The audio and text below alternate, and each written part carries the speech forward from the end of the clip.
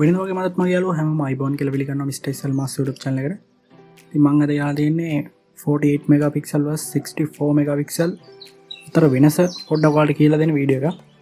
ඉතින් මේ වීඩියෝ එක Redmi Note 8 Pro එක සහ Note 8 කියන ෆෝන් දෙක යොදාගෙන තමයි කරන්නේ. ඉතින් අපි බලමු මේ කැමරා වල තියෙන වෙනස. ඉතින් Note 8 එක ගැන කතා කරද්දී අපිට මේන් කැමරාව විදිහට 48 megapixel lens එකක් බලා ගන්න පුළුවන්. ඒ වගේම 8 megapixel ultra wide lens එකක් සහ 2 megapixel depth sensor එකක් වගේම 2 megapixel macro lens එකක් අපිට මේ ෆෝන් එකේ බලා ගන්න පුළුවන්. ඉතින් ඔයාලට මේ ෆෝන් එක ගැන වීඩියෝ ගොඩක් මගේ channel එකේ දාලා ඇති. ඒවා බැලුවේ නැත්නම් ඔයාලා ඒවත් ගිහිල්ලා බලන්න අනිවාර්යයෙන්ම. ඒ වගේම මේකේ selfie cam එක ගැන කතා කරනවා නම් 13 megapixel selfie කැමරාවක් අපිට මේ ෆෝන් එකේ බලා ගන්න පුළුවන්. Redmi Note 8 Pro. ඉතින් මේක ගැන කතා කරනවා නම් අපිට 64 megapixel main කැමරාව බලා ගන්න පුළුවන්. ඒ වගේම 8 megapixel ultra wide lens එකක් සහ 2 megapixel macro. ඒ වගේම 2 megapixel depth sensor එකක් අපිට මේ ෆෝන් එකේ බලා ගන්න පුළුවන්. ඒ වගේම මේ ෆෝන් එකේ selfie විදිහට 20 megapixel selfie කැමරාවක් අපිට බලා ගන්න පුළුවන්. ඔයාලට මේ බලා ගන්න පුළුවන් වෙන්නේ Redmi Note 8 Pro කියන device එකෙන් capture කරපු ෆොටෝ එකක්.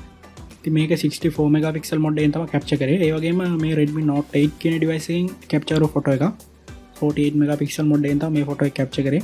ඉතින් ඔයාලට බලා ගන්න පුළුවන් මේකේ තියෙන size එක ඉස්සෙල්ලා ෆොටෝ එකේ තිබ්බා. ඉතින් මේ පේන්නේ එකම frame එකේ දැම්මේ ෆොටෝ දෙකම.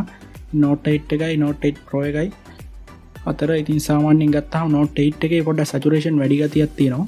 ඉතින් ඔයාලට බලා ගන්න පුළුවන් මේ 50x දක්වා zoom කරපුවාම තියෙන detail wise ගතිය.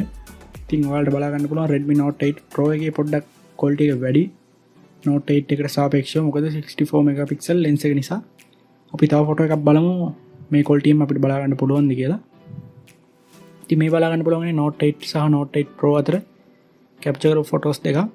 Note 8 Pro එකේ megabyte 33ක් බලා ගන්න පුළුවන්. ඒ වගේම Note 8 එකේ 26.7ක් බලා ගන්න පුළුවන් MB එකේ. ඒ වගේම Note 8 Pro එකේ dynamic range එක හොඳ ගතියක් බලා ගන්න පුළුවන්. මේ ෆොටෝ එක 5x zoom කරලා තමයි ඔයාලට බලා ගන්න පුළුවන් වෙන්නේ.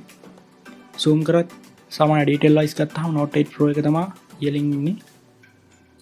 ඔයාලට බලා ගන්න පුළුවන් මේ ෆොටෝ එකේ.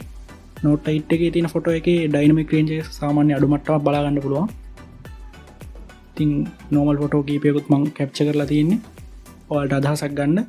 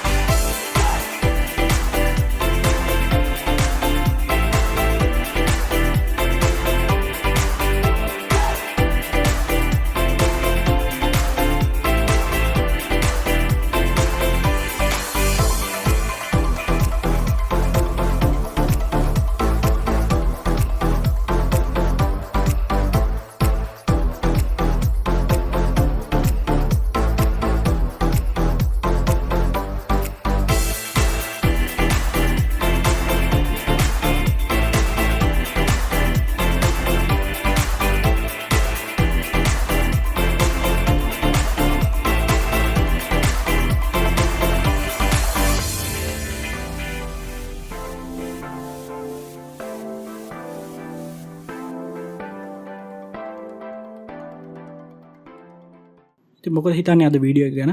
වීඩියෝ එක මෙතනින් ඉවර කරන්න තමයි යන්නේ. ඉතින් Note 8 එකයි 8 Pro එකයි ඉතින් ගොඩක් කාලයකට කලින් දාන්න හිටපු වීඩියෝ එකක්. මේ දවස්වල ෆෝන් එහෙමත් ගන්න හැකියාවක් නැති හින්දා තමයි මේ වගේ වීඩියෝ එකක් අරගෙන ආවේ. ඉතින් ෆෝන්ස් ගන්න පුළුවන් වුණොත් අනිවාර්යෙන් unboxing review ගේනවා channel එකේ. channel එක අනිවාර්යෙන් subscribe කරන්න අලුතෙන් නම් ඔයා එකතු වෙන්නේ. හම්බෙමු තවත් වීඩියෝ එකකින්. ඒ වගේම මතක් කරන්න ඕන ඔයාලට mobile phone ගන්න ඕන නම් පල්ලෙහා description එකේ number දාලා ඇති. call එකක් දාලා බලන්න, message එකක් දාලා බලන්න අනිවාර්යෙන්. ගොඩක් අඩුවට ෆෝන් මිලදී ගැනීම හැකියාව ඔයාලට තියෙනවා. හම්බෙමු ඊළඟ වීඩියෝ එකේ. සුබ දවසක් හැමෝටම.